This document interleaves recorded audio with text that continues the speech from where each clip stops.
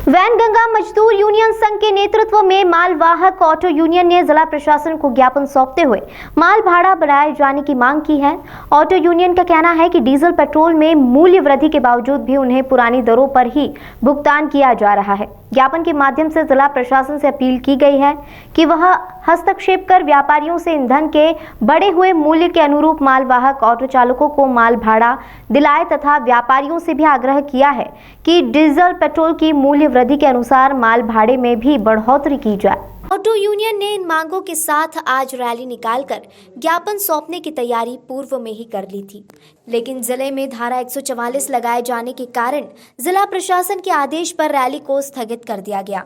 प्रशासन की तरफ से तहसीलदार बालाघाट ने स्थल पर पहुंचकर ज्ञापन लिया। इस दौरान यूनियन की ओर से दिहाड़ी मजदूर, हम्माल, ऑटो चालकों तथा हेल्परों के आयुष्मान कार्ड बनाए जाने तथा स्थानीय जय हिंद टॉकीज मैदान में प्रति माह एक नियत तारीख को स्वास्थ्य कैंप लगाकर मेडिकल चेकअप करवाए जाने की मांग भी प्रमुखता से रखी गई। ऑटो यूनियन ने कहा कि उनकी मांगे यदि शीघ्र पूरी नहीं की गई तो ऑटो यूनियन हड़ताल करने पर मजबूर हो जाएगा।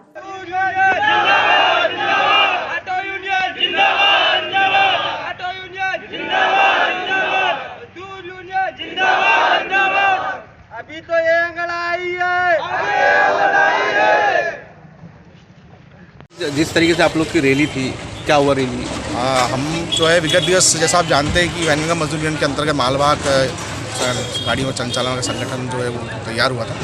और हम लोगों ने तय किया था कि 24 तारीख को जो है एक रैली निकाल कर रैली के माध्यम से प्रशासन को ज्ञापन सौंपेंगे। परंतु चूंकि कल माननीय कलेक्टर महोदय ने धारा 144 बालाघाट जिले में लागू कर दी और उसके बाद में अधीनस्थ अधिकारियों से हमारा संपर्क हुआ और उन्होंने कहा कि भाई रैली हम यूनियन के माध्यम से न निकालें,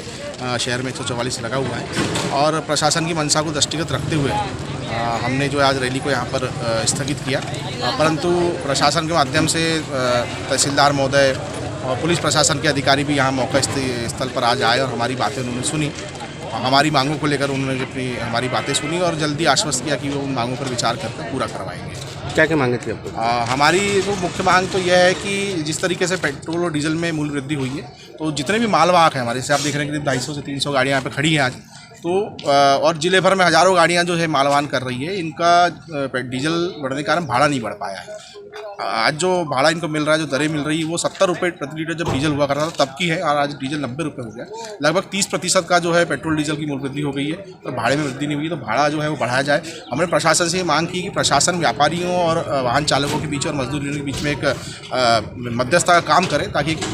सही दरें निर्धारित हो सकें और हमारे जो मजदूर साथी हैं, हमारे जो चालक मालक साथी हैं वाहनों के, इनके साथ जो समस्या आ रही है कि हम किस्त नहीं पटा पाते हैं, परिवार का पालन नहीं कर पा रहे हैं, पैसा महंगाई के कारण, तो उससे भी हमें निजात मिले, हमें किस्त पटाने के लिए भरपूर पैसा मिल सके, हमारा परिवार का हम लालन पालन कर सकें, इसलिए दरें बढ़ाया जाना आवश्यक है। उसके लिए हमने मांग की है। दूसरा, कमर्शियल लाइसेंस को लेकर बहुत सारी दिक्कतें आती हैं हमारे जो चालक है उनके से पुलिस प्रशासन कमर्शियल लाइसेंस की मांग करता है, तो हमने पुलिस प्रशासन से कहा है कि भाई वर्तमान में तो एकदम से कमर्शियल लाइसेंस की मांग न की जाए। दूसरा जो है, कमर्शियल लाइसेंस बनवाने के लिए RTO साहब के माध्यम से यहीं पर एक कैंप लगाया जाए और कमर्शियल लाइसेंस बनाने की सुविधा दी जाए। साथ ही हमने यह भी मांग की कि चूँकि इस सुभाष चौक के मैदान में, जैन टॉकीज मैदान में, यह मजदूरों को एकत्रित करने के लिए चिन्हित जगह है प्रशासन की तरफ से, यहाँ रेजगारी मजदूर, दिहाड़ी मजदूर, वाहन चालक, हमारे हमाली मजदूर सब यहाँ इकट्ठा होते हैं, तो इनके लिए यहाँ शुद्ध पेयजल की व्यवस्था कराई जाए, शौचालय की व्यवस्था कराई जाए। हमारी महिला मजदूर साथी भी आती है, उनके शौचालय की व्यवस्था कराई जाए, सुरक्षा की व्यवस्था कराई जाए। साथ ही हमने यह भी कहा है कि जिस तरीके से कोरोना बढ़ रहा है,